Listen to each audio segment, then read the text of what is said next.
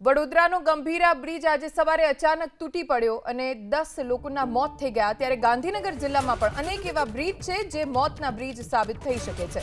ગાંધીનગર દહેગામ વચ્ચેનો બ્રિજ જે ખૂબ જ જર્જરિત છે, અહીંથી ભારે વાહનો પણ પસાર થઈ રહ્યા છે। બીજો બ્રિજ રાયપુર નજીકનો નર્મદા કેનાલ પરનો છે, જે છેલ્લા ઘણા સમયથી જર્જરિત છે। અહીં ગાંધીનગર કલેક્ટરે ભારે વાહનોના પરિવહન પર પ્રતિબંધ ફરમાવ્યો છે, પણ કલેક્ટરનું આ જાહેરનામું ખાલી કાગળ ઉપર જ છે। અહીંયા બિંદાસ ભારે વાહનો પસાર થાય છે। સવાલ એ છે કે આવા જર્જરિત બ્રિજ પર દુર્ઘટના બને, લોકોના જીવ જાય, કોણ જવાબદારી લેશે? કેમ પ્રશાસન લોકોના જીવ સાથે ચેડા કરી રહ્યું છે? ગંભીરા બ્રિજ જેવી ગંભીર દુર્ઘટના પછી હવે પ્રશાસન શીખ લેશે કે નહીં? વડોદરાના જંબુસર અને પાદરા વચ્ચે ગંભીરા બ્રિજ આજે વહેલી સવારે તૂટ્યો અને એમાં અત્યાર સુધીમાં 3 લોકોના મૃત્યુ થયા હોવાનું સામે આવ્યું છે।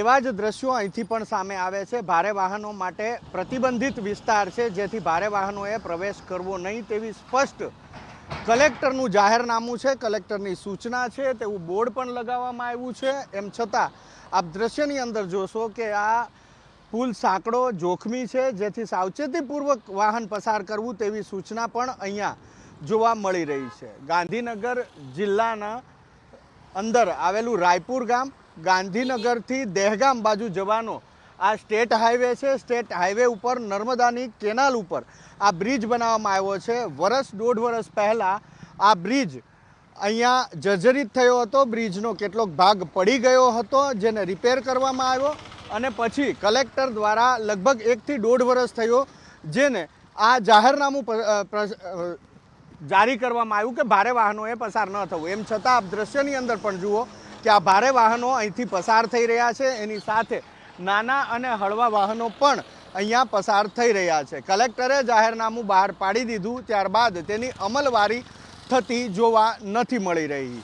ન કરે ભગવાન અને ગંભીરા બ્રિજ જેવી દુર્ઘટના આ બ્રિજ ઉપર બને તો તેનું જવાબદાર કોણ હશે? કારણ કે કલેક્ટરે જાહેરનામું બહાર પાડ્યું, જાહેરનામું બહાર પાડ્યા પછી અહીંયા અધિકારીઓએ આ રીતે બોર્ડ લગાવી અને સંતોષ માની લીધો છે, પરંતુ ભારે વાહનો, આપને દ્રશ્યો બતાવશું, હજુ પણ ભારે વાહનો અહીંથી પસાર થઈ રહ્યા છે। તો આ જિલ્લાના પોલીસ વિભાગ, આ જિલ્લાના જિલ્લા વિકાસ અધિકારી એટલે કે ડીડીઓ, કલેક્ટર, આ તમામ અધિકારીઓ આ પાછળ જવાબદાર છે કે જાહેરનામું અહીંથી ભારે વાહનો પસાર ન કરવા તેનું હોવા છતાં માત્ર બોર્ડ લગાવી અને સંતોષ માની લે છે, પરંતુ અહીંયા કોઈ એવી વ્યવસ્થા નથી કે ભારે વાહન અહીંથી પસાર ન થઈ શકે। ભારે વાહનોના પસાર થવા માટે દુર્ઘટના બનતી હોય છે। ફરી એક વખત આ એસટી બસ પણ અહીંથી પસાર થાય છે। આપ દ્રશ્યની અંદર જુઓ છો, ઘણા જ મુસાફર આની અંદર સવાર હોય છે। અત્યારે પણ ઘણા મુસાફરો સવાર છે અને એ બસ પણ અહીંથી પસાર થાય છે। એક તરફ ભારે વાહનો પસાર થઈ રહ્યા છે, બીજી તરફ એસટી બસ અને અન્ય ખાનગી વાહનો પણ પસાર થઈ રહ્યા છે, અને જો આ દુર્ઘટના બને તો કેવડી મોટી જાનહાનિ પણ અહીંયા થઈ શકે એની આશંકા પૂરેપૂરી વ્યક્ત કરવામાં આવે છે।